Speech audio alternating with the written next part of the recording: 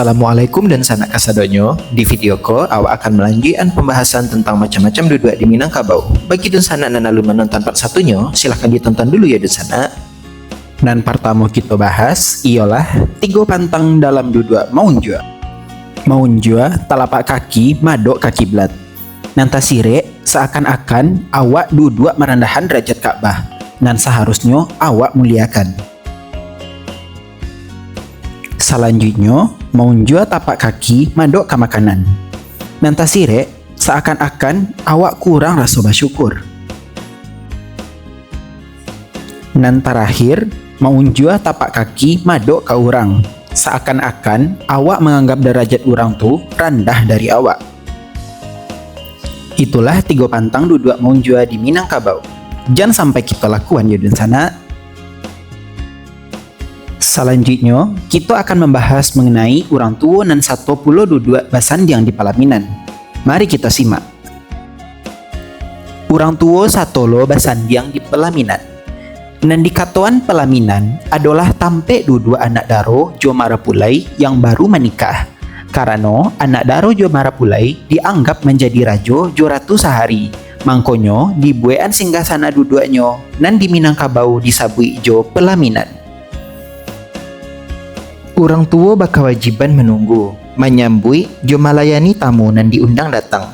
Kababayak bahimbawan. Kalau inyo satu duduk di pelaminan, maka nilai keramah tamahan orang Minang menyambui tamu menjadi hilang. Selanjutnya, kita akan membahas duduk orang Sumando jo mamak rumah di Minangkabau.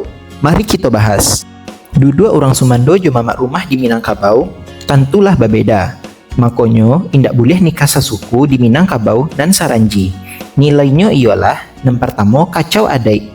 Karena inyo mamak rumah iyo juo sekaligus orang Sumando. Dima kadilataan duduknya. Selain itu, genyo dake, maka dikhawatirkan keturunannya resesif. Wallahu alam bisawab. Selanjutnya, mari kita bahas aturan tampe duduk di rumah gadang. Duduk di tampe duduk orang Sumando dalam jamuan adat di rumah gadang orang Sumando umumnya duduk di muka kamar istrinya. Duduk di tampe duduk mamak rumah dalam jamuan adat biasanya mamak rumah duduk dake pintu arah ke janjang.